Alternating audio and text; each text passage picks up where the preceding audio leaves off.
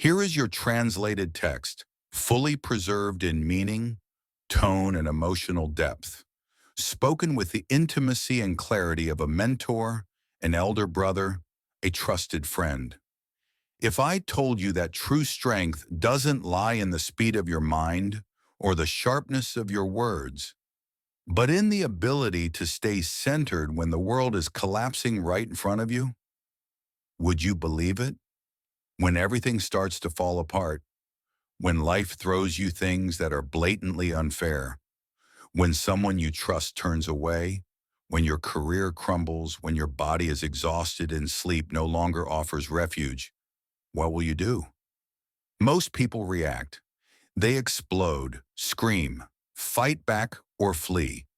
They let instinct take over, let emotions dictate, let the environment define their worth, and in doing so, they lose the most precious thing, their inner peace. But there exists a rare kind of person. While everything around them is blowing up, they sit still, not because they are numb, but because they've trained their mind. They don't react. They respond. They don't get pulled away. They choose to stay rooted within. This is not a power you're born with. It's a strength you build day by day. It's not luck. It's discipline. And it's not some lofty philosophy. It's a clear, practical, and applicable system. It's called Stoicism. And if you're ready to step onto this path, I'll show you how to train your mind like an ancient warrior, so you won't just survive the chaos, but stay lucid even when everything else is lost. Are you ready?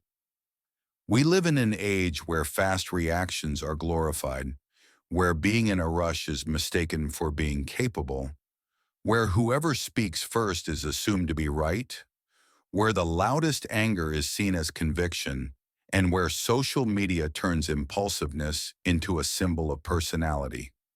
People learn to respond instantly, to express opinions instantly, to retaliate instantly. One harsh word, immediately post a status. One look of disdain, immediately push back. One moment of unclear silence, immediately overthink and worry.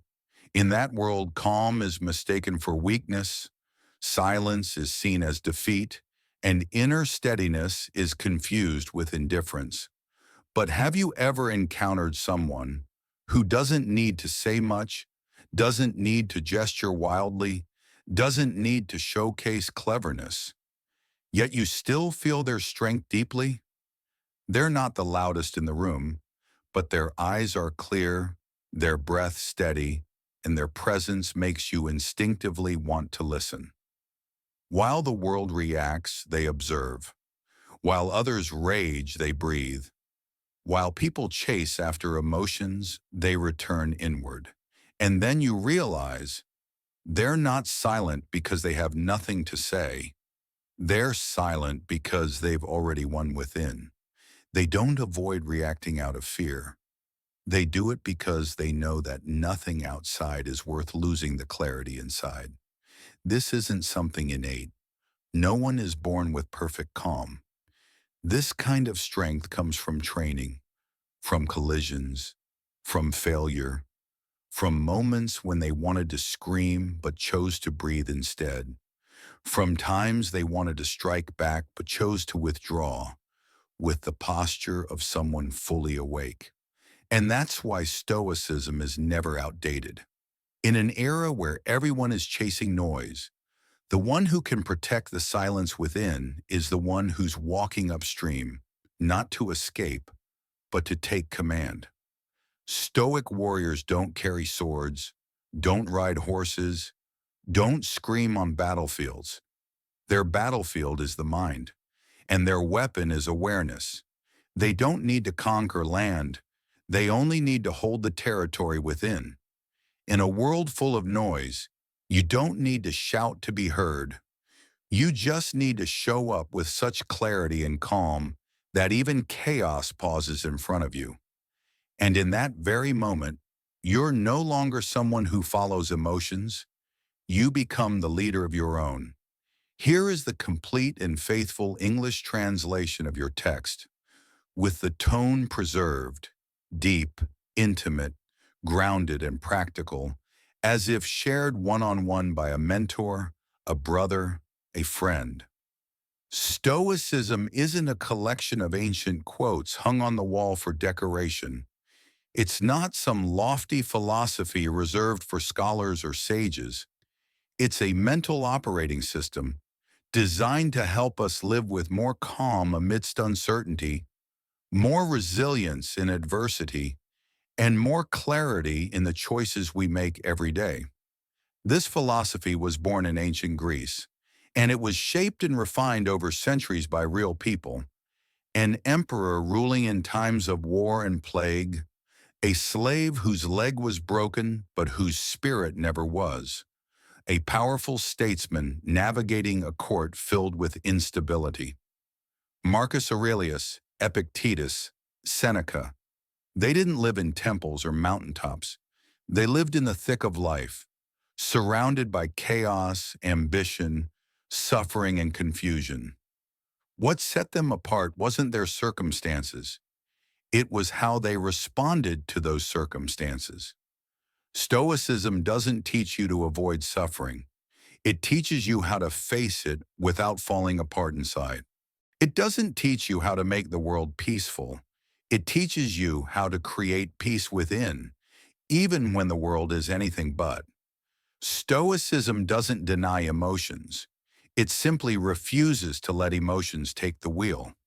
To a Stoic, nothing is more important than self-control, and nothing more urgent than clearly knowing what's within your control and what isn't.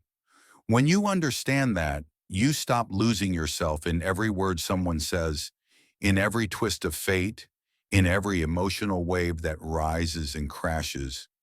You don't need to disappear from the world. You just need to know how to stay grounded within yourself, right in the middle of it. That's why Stoicism never goes out of style, because it doesn't teach you to live by trends. It teaches you to live by principles, by strength, and by the highest level of awareness a human being can reach. Restraining reaction. Not everything deserves your energy. Imagine your mind as an emotional bank account. Every morning, you're given a set amount of energy, not too much, not too little, just enough to live, to choose, to work, to love, and to face whatever comes your way.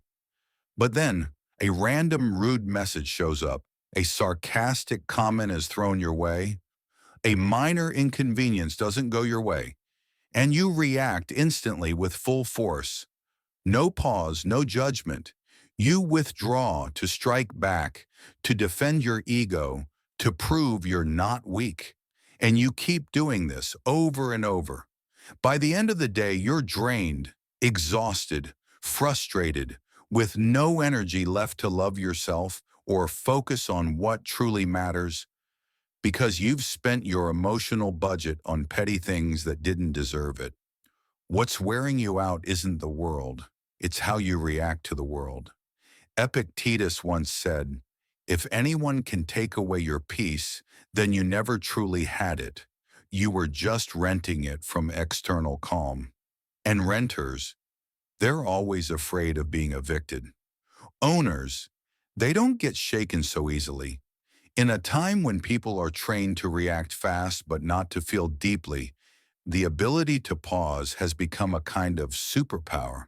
It's not apathy, it's wisdom, not avoidance. It's self-mastery, not passivity. It's discernment.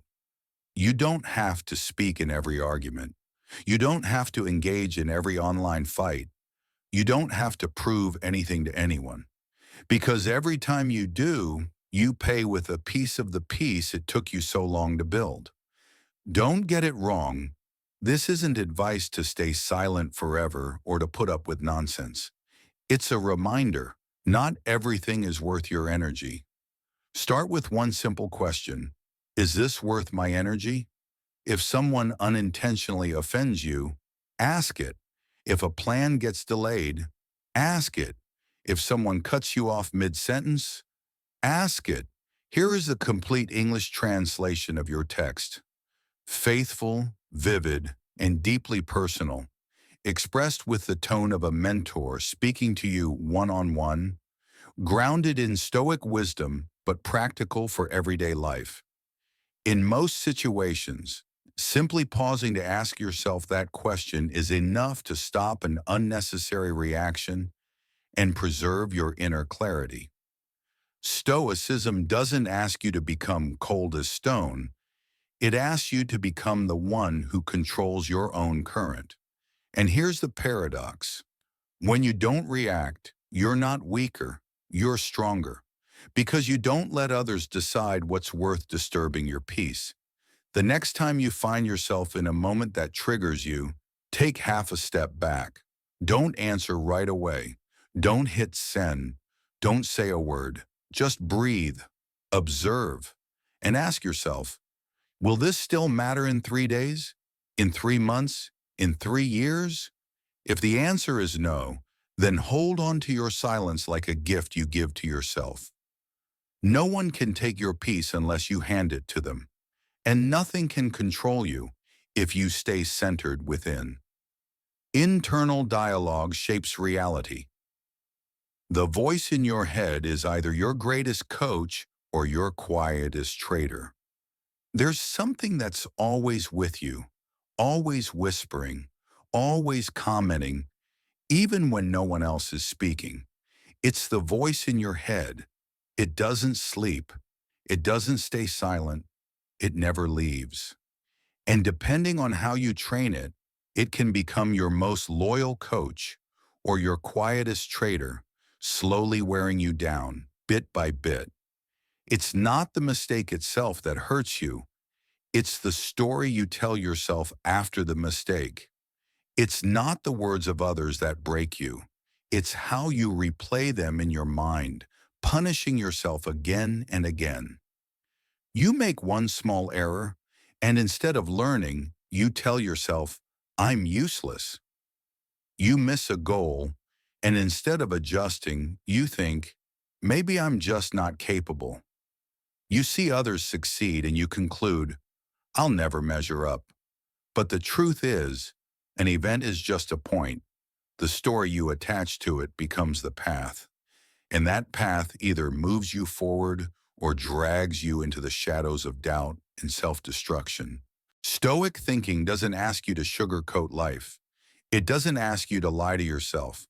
It simply insists that you take responsibility for the language you use in your own mind, because it becomes the framework of the world you live in. Marcus Aurelius didn't say, everything will be fine. He wrote, I cannot control all things, but I can control my response. Epictetus didn't say, I'm strong. He said, I'm training. The way you speak to yourself isn't just words. It's instruction to your brain, a blueprint for your awareness, the script that rewrites your subconscious beliefs over time.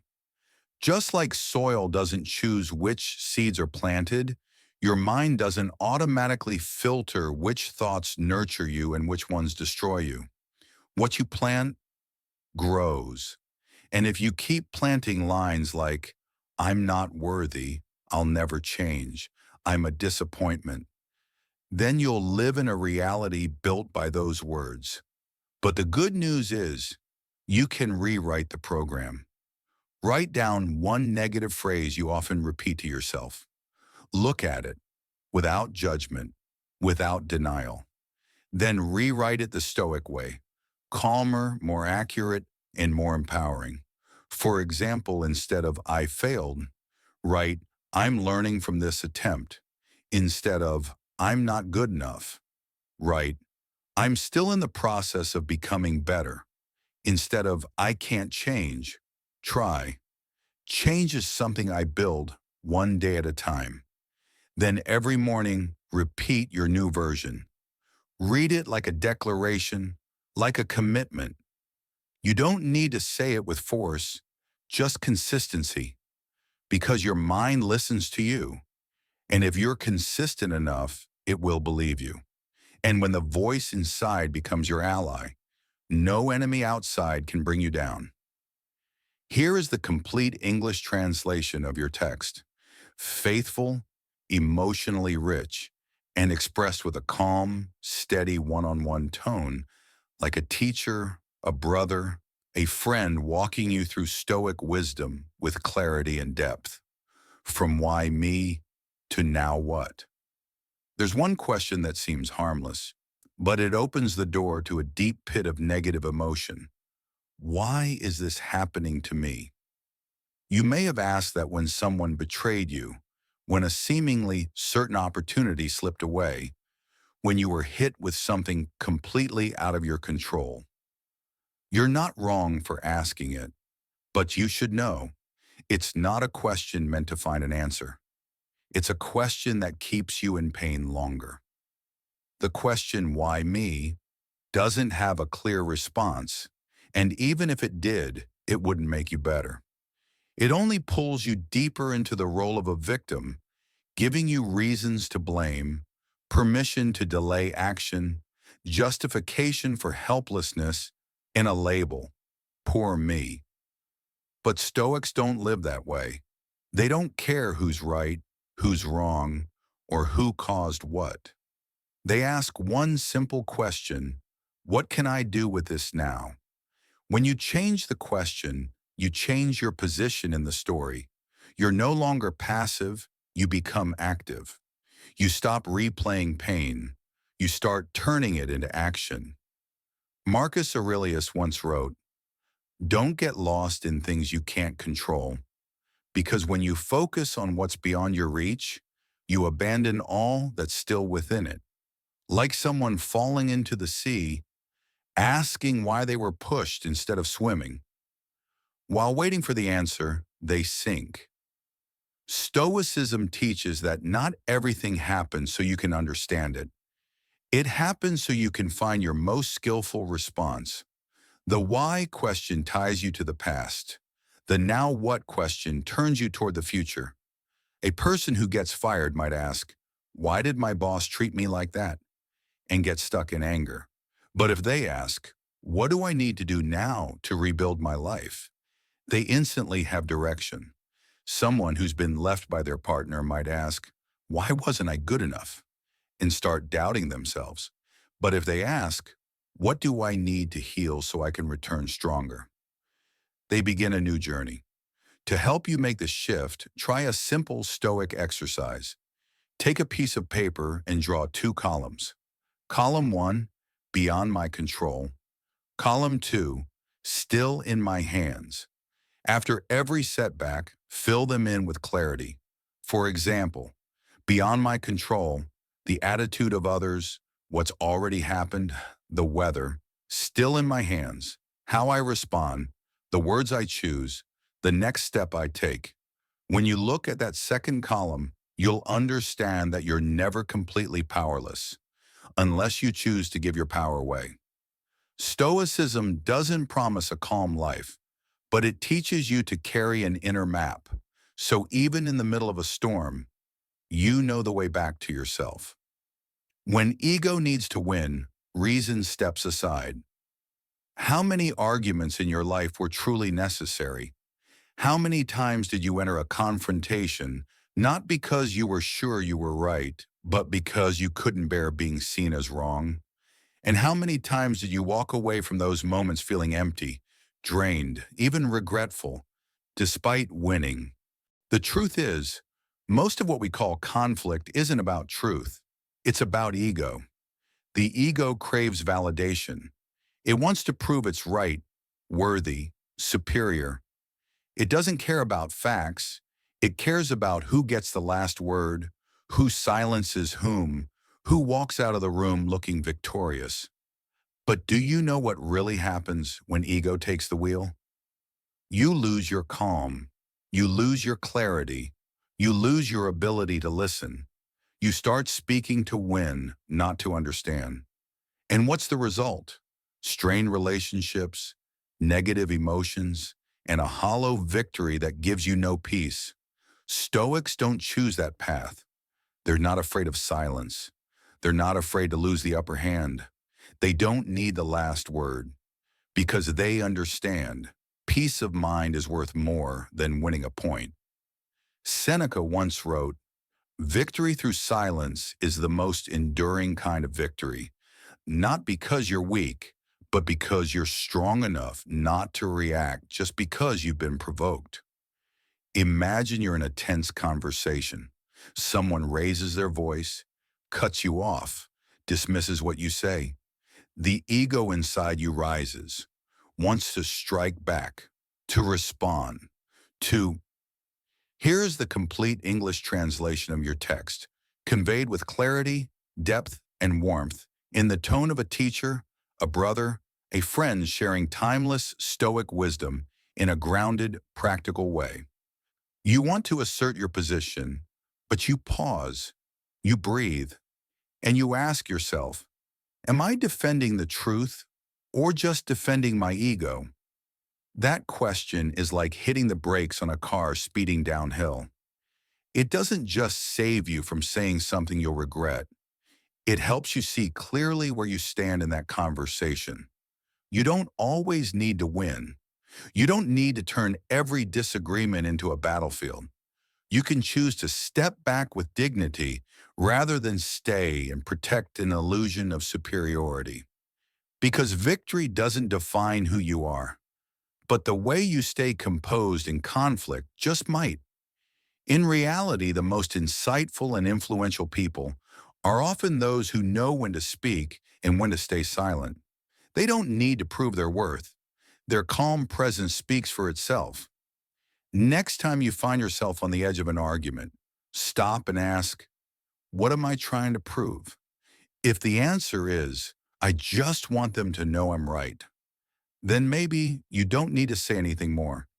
Your peace has a price, and sometimes that price is the silence your ego resists, but your reason knows is necessary. Every uncomfortable situation is training for your willpower. There's one thing that's nearly unavoidable in life. You will find yourself in uncomfortable situations. Someone says the wrong thing at the wrong time. Someone does something you can't control. A delay disrupts your schedule. A negative reaction comes from someone close to you. A sudden change throws your whole plan off course. In these moments, most people fall into one of two states, frustration or complaining, but not the Stoics. They don't avoid difficulty. They welcome it as essential training for inner strength. They understand that discomfort isn't punishment. It's a test, not meant to break you, but to build you. To a Stoic, no experience is meaningless, only experiences you haven't yet learned to use. You're standing in line and someone cuts in. You're driving and someone swerves recklessly. You're preparing a crucial presentation and your computer crashes. A customer yells at you. Someone misjudges you. You're stuck waiting in a place you cannot control. In all the moments, you have two choices. Either respond the old way, get angry, snap, complain, or realize you've just stepped into a training room for willpower. Stoicism teaches, it's not that I have to endure this, it's that I'm being trained by this. Just one word, but it changes your entire posture. When you replace endure with train, you stop seeing yourself as a victim. You begin to act like someone who deliberately walked into a hard class, where the goal is not just to get through, but to level up. Like a soldier on the training ground, every moment of tension is there to toughen you. And you, right here, in the chaos of daily life, are in that training ground every day. Marcus Aurelius wrote, "Receive every event as if you had chosen it." That's not easy to practice, but it's incredibly powerful, because the moment you see difficulty as something you chose, your mind drops the victim story, and that's when inner strength begins to grow. So next time something inconvenient happens, don't react too quickly.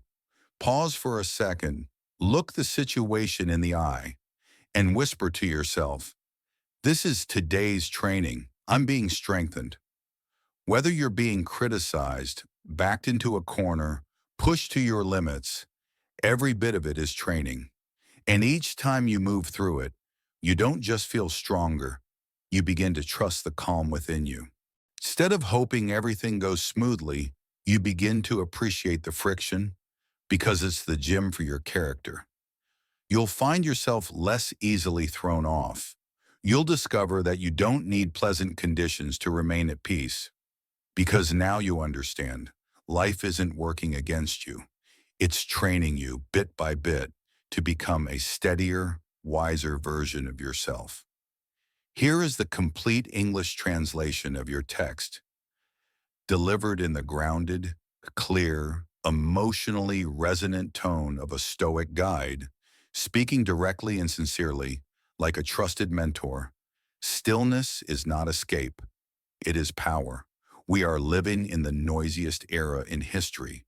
Every day we receive thousands of signals, notification pings, messages popping up, unread emails, unfinished conversations, a relentless flood of news, images, sounds, comparisons, expectations, and all kinds of mental stimulation. The world never stops talking. And the real problem isn't just the external noise. It's this. The louder the world becomes, the noisier we get inside. The mind jumps from one thing to another, from past to future, from one fear to the next worry, never settling. It's like a glass of water filled with sand, constantly stirred. You can't see the bottom, and you can't see clearly within unless you allow things to settle. That's why the Stoics saw silence not as avoidance, but as a form of inner defense. It's not about withdrawing from the world. It's about creating a boundary to protect the most sacred space, the space within. Epictetus didn't need a quiet place to reflect. Marcus Aurelius didn't leave the battlefield to find peace. They carried stillness as a private sanctuary, a space no one could invade unless they allowed it. And from that quiet place, they made their greatest decisions and held their minds steady through the most brutal chaos. In a world that urges you to react fast, speak fast, respond instantly, purposeful silence becomes a form of power.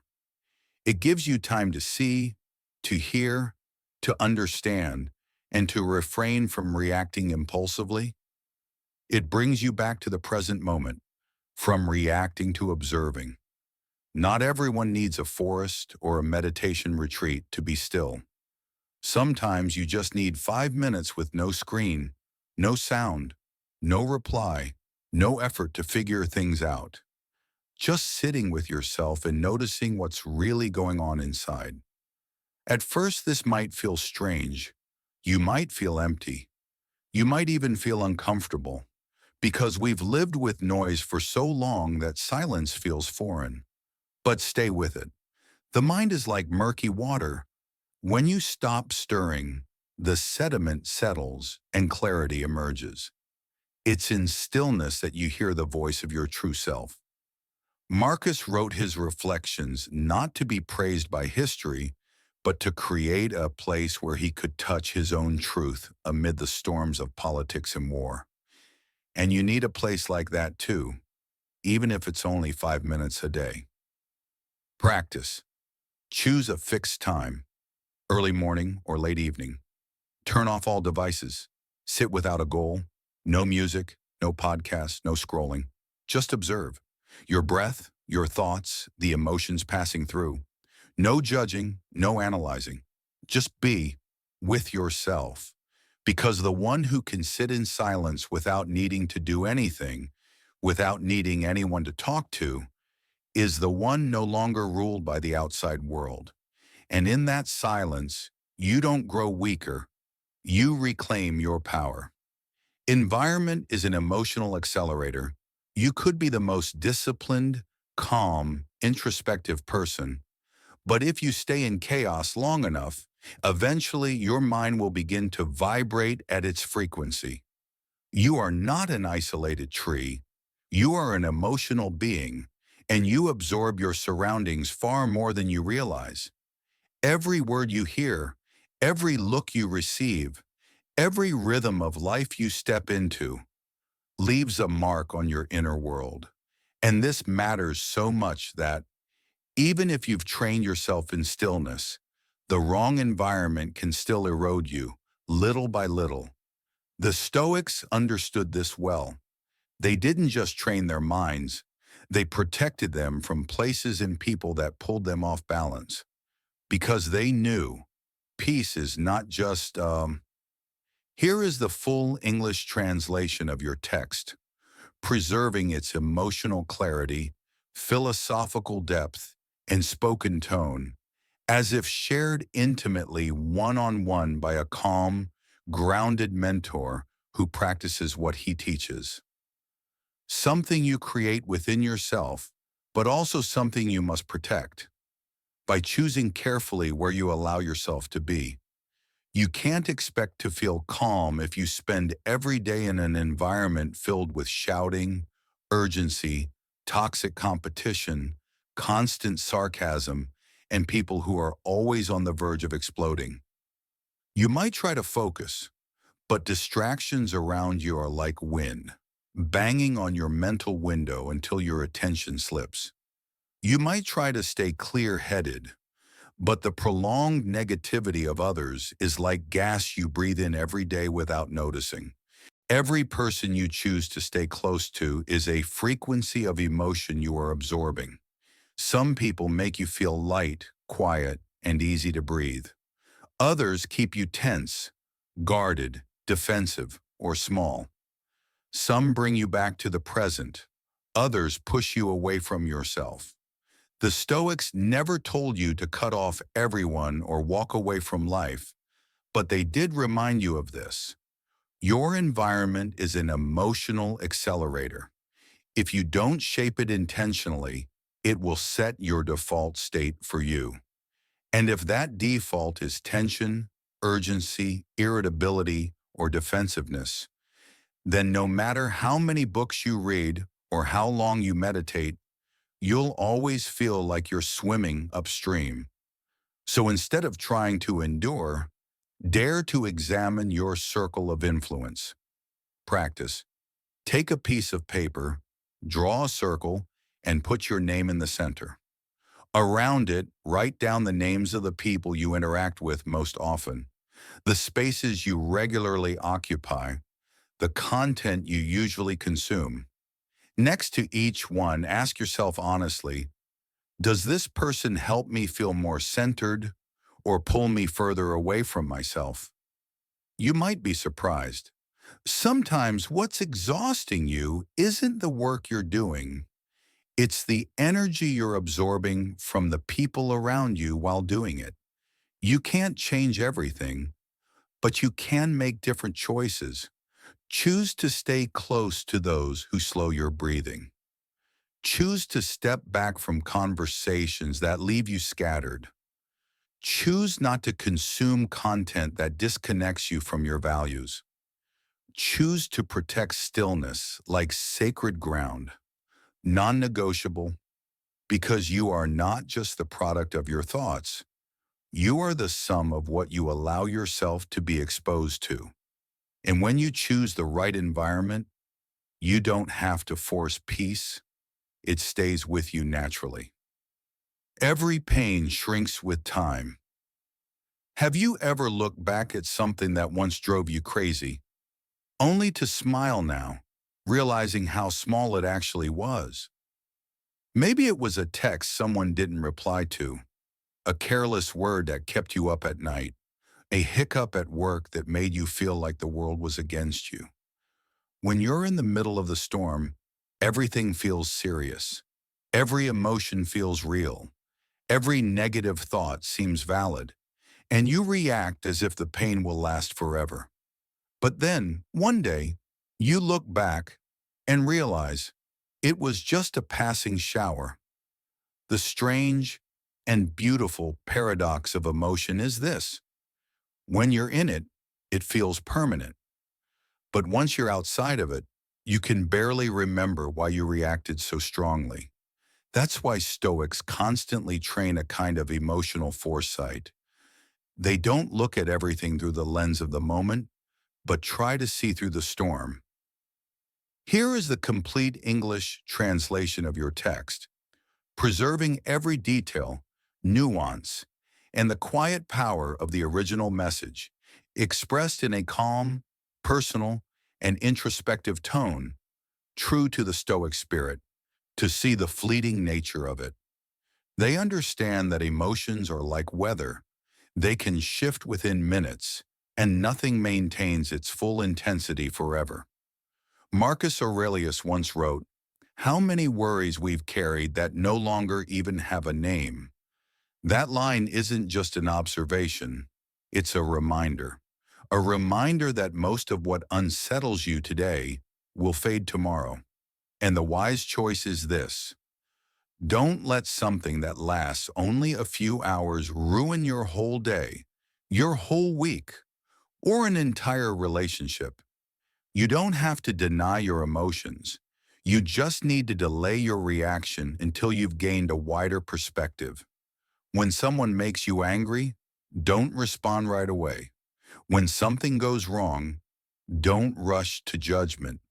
When disappointment strikes, don't let it dictate how you treat others. Because what hurts you is not just the event itself, it's the size you assign to that event in your mind. A Stoic question for immediate practice: will this still matter in 1 week?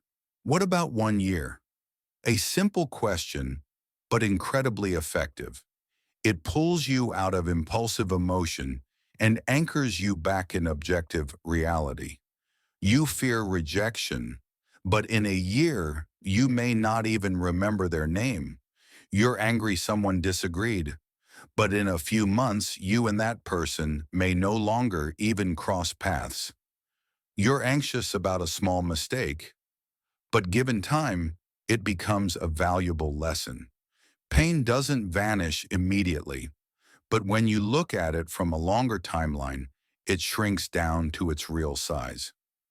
Practicing this doesn't make you cold. It helps you stay clear while others lose their way. You don't shut out emotion. You simply refuse to let it dictate your way of living. And each time you do that, you build another layer of steadiness in your mind. That's how Stoics protect their peace, not by avoiding chaos, but by refusing to let chaos take over their entire mind, clearing the outside to calm the inside.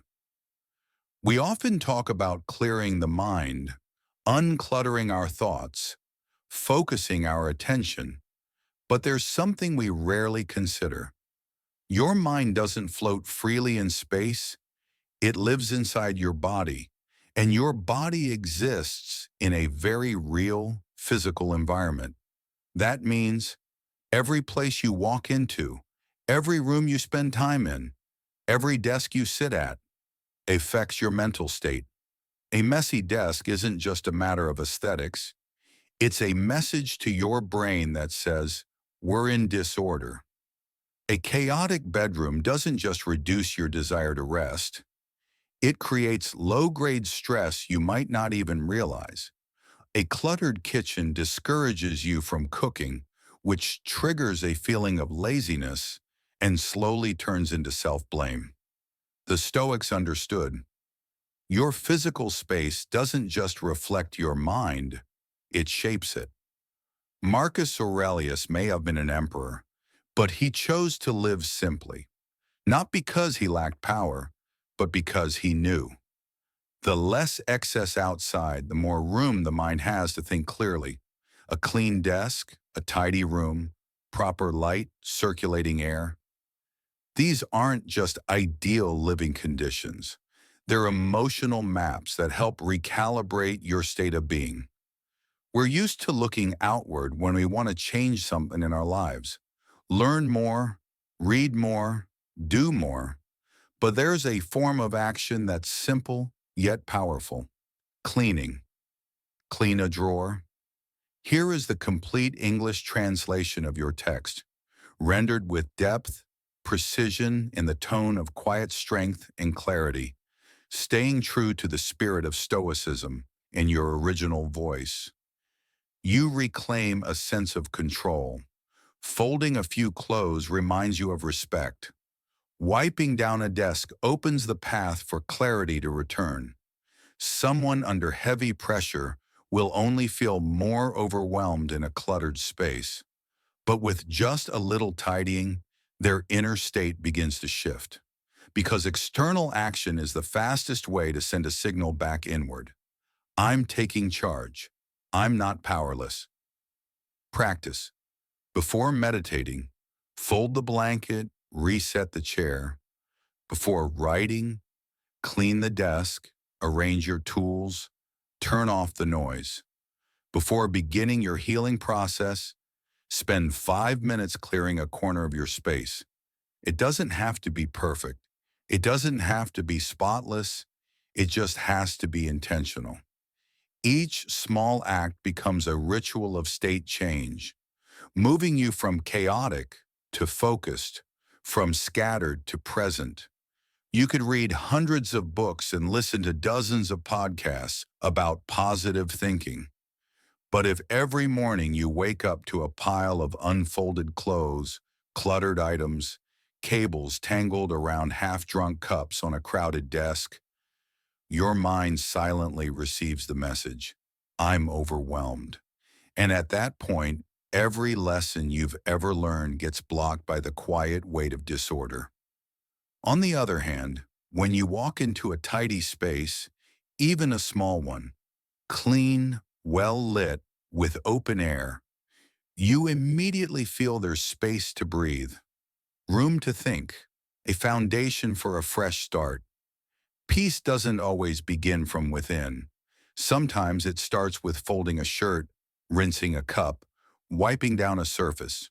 Because cleaning the outside is often cleaning the inside. Peace is not a result, it's a decision. There's a common misconception that peace is a reward we receive once everything is resolved. That we'll finally be at ease when the job is stable, the relationship is smooth, the finances are secure, the criticism stops, and nothing goes wrong anymore. But if you look closely, you'll see life always has something out of place. There's always an email left unanswered. There's always something that didn't go to plan. Someone will misunderstand you. Something will slip beyond your control. If you wait for everything to be perfect before you allow yourself to feel peaceful, you may never experience it. And that's something the Stoics understood deeply. They didn't wait for peace to arrive. They carried it with them as a non-negotiable decision. Peace, in Stoicism, is not an outcome. It is an active choice made repeatedly, every day, in every specific moment. It happens every time you refuse to let a situation rattle your mind, every time you choose not to react, when you choose not to let the ego speak for you, when you choose silence over retaliation, when you return to your breath instead of reaching for anger. These are the moments where peace doesn't appear. It is built through intention, through discipline, through will. Peace is not the absence of turmoil. It is your grounded presence within the turmoil. You cannot control the world, but you can control how you walk through it. And how you walk through the world is who you are. Marcus Aurelius, amidst war and plague, never wrote, I hope things calm down. He wrote, I will keep myself from being pulled away. Because he understood there will always be waves outside, but inside you must become the steady sea. The Stoic does not live to control circumstances. They live to control their response to those circumstances. That is the greatest power a person can possess, and no one can take it from you unless you choose to give it away. Here is the complete English translation of your text, rendered faithfully with a deep, intimate, and practical tone, capturing the heart of Stoic wisdom and your original message. Practice. Next time something triggers you, a comment, a rejection, bad news, or a misjudged response, don't react right away. Pause. Close your eyes for 2 seconds. Take a breath and whisper to yourself, I choose peace. That phrase won't erase the situation, but it will place you in the seat of authority. You are not being pulled. You are not being controlled. You are deciding the direction of your mind. And that single repeated decision, made every day, will slowly turn peace into your default state. You don't need the world to change in order to feel okay. You just need to change the posture you choose when standing before the world. Peace is not something you have when everything is fine. It is how you choose to exist, regardless of whether everything is fine or not. The more you practice this, the more you'll notice. Impulsive reactions lose their appeal. Arguments feel draining. The ego no longer holds the same charm. And stillness, quiet, calm, begins to feel like home. Because at that point, you're no longer chasing peace. You become the place where peace resides. The final insight, a Stoic closing thought. You are not the wave, you are the whole ocean. The waves rise, the waves fall, but the ocean remains. Life will never stop sending waves of pain, misunderstanding, disruption, loss, of words left unsaid, and moments that come too late. There will be days you feel submerged, days you wonder what's keeping you upright, but no matter how high the wave, no matter how gray the sky, you are still the ocean, deep, wide, steady, and far more enduring than anything that moves on your surface. Anger is a wave. Sadness is a wave. Helplessness, anxiety, fear, they're all passing motions. They come and they go. But if you mistake yourself for each wave, you'll always feel adrift. Stoicism reminds you, you are not your emotions. You are the one who sees them. You are not the storm. You are the one walking through it, holding a torch in your hand. Everything you've trained, from restraining your reactions, mastering your self-talk, transforming hardship, shaping your space, to choosing peace, it's not meant to turn you into someone cold or distant. It's meant to make you resilient in a world that's constantly shifting, to help you know when to pause, when to release, when to move forward, and how to walk with the steadiness of a mountain through a flood. So each day, remind yourself, I am not the wave, I am the ocean.